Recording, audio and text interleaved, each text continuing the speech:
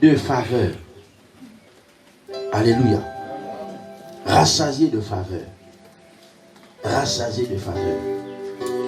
Rassasié de faveur. Je vais dire à quelqu'un ce matin, tu seras rassasié. Tu seras rassasié. Tu seras rassasié. Quand on dit d'être rassasié, ça veut dire que tu es satisfait. Tu as vidé le besoin. Tu as vidé en toi le besoin. Tu as été rassasié. Le besoin a disparu. Année de faveur, dit l'Éternel des armées. Ce matin, l'attachement à Dieu, c'est le titre de mon exhortation. Dieu nous recommande d'être attachés à lui.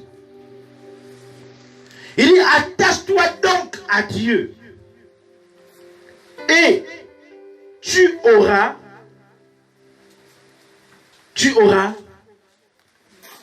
la paix et tu jouiras du bonheur. Il n'y a pas de paix et il n'y a pas de bonheur sans l'attachement à Dieu. Il n'y a pas de paix, il n'y a pas de bonheur sans l'attachement à Dieu. Il y a des choses qui se passent quand on est attaché à Dieu. Il y a des choses qui se produisent dans nos vies quand on est attaché à lui. Alléluia. Il y a des choses, quand un homme est attaché à Dieu, qui se produit dans sa vie. En fait, en te regardant, on peut comprendre si tu es attaché ou si tu ne l'es pas. Est-ce que par là quelqu'un ce matin?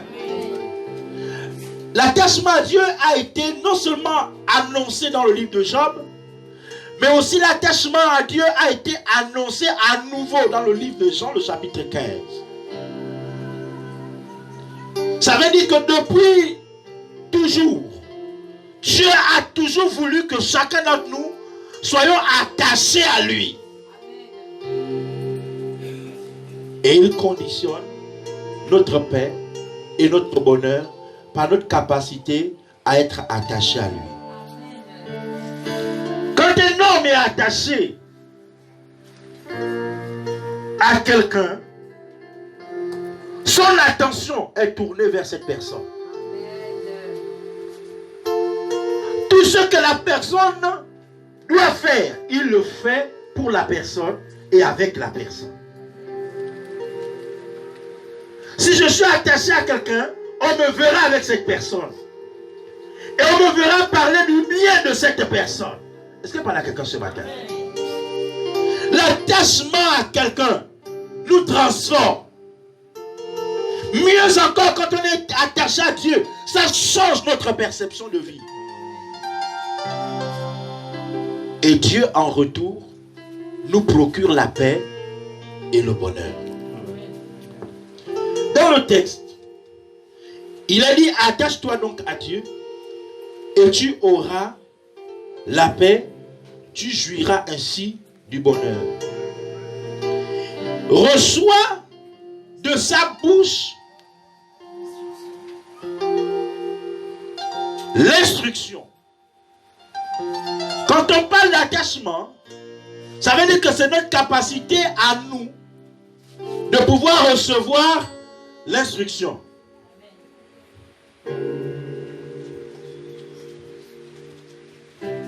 De recevoir à nous l'instruction.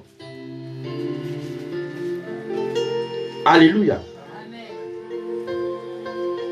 Un homme qui est attaché à Dieu doit être capable de recevoir de Dieu l'instruction. Et les instructions sont des recommandations. Pour ceux qui sont à l'armée, ils savent que quand on parle d'instructions, ce sont des recommandations. Ce sont des ordonnances. Ce sont des commandements. Et j'ai toujours à rappeler que quand on parle de commandement, il n'est pas question de débat. On ne débat pas les commandements, on ne débat pas les ordres. On ne vient pas débattre les instructions. Quand une instruction est donnée, on n'est pas là pour réfléchir.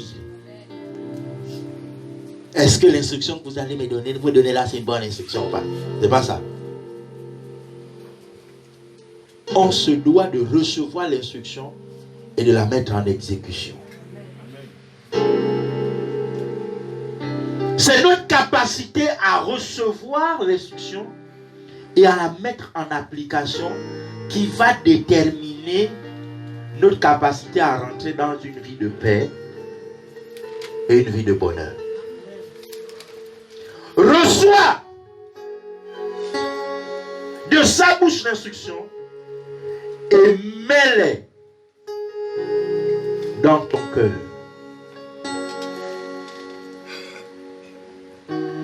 Un homme, une femme qui marche selon l'instruction du Seigneur, qui agit selon l'instruction du Seigneur, la Bible dit, dans sa parole, il sera rétabli. Il sera rétabli. Ça veut dire quoi en réalité?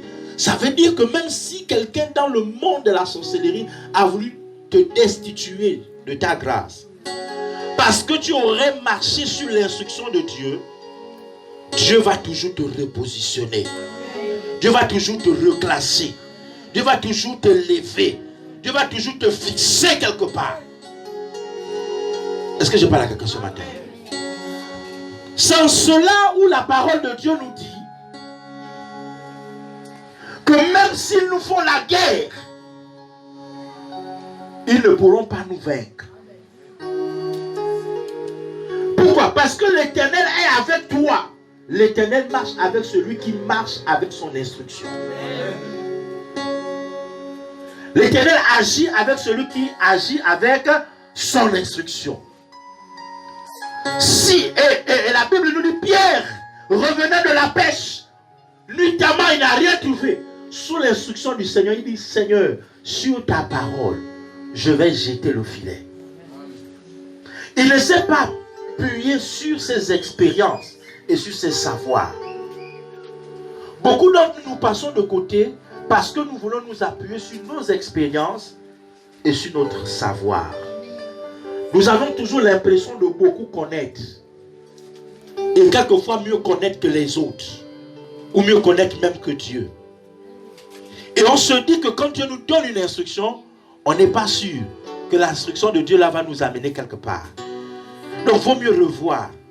Et on prend la parole de Dieu en disant que non, c'est juste une métaphore que le Seigneur a utilisée. En fait, le Seigneur ne voulait pas dire comme ça.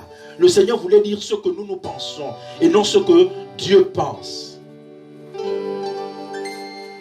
Nous modifions la parole de Dieu par notre jugement. Nous la modifions par notre interprétation.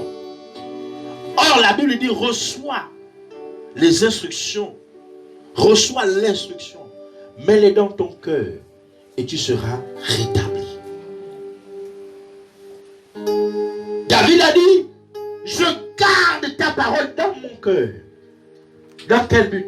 Afin de ne pas pécher. Or, le mot péché, c'est faire l'échec.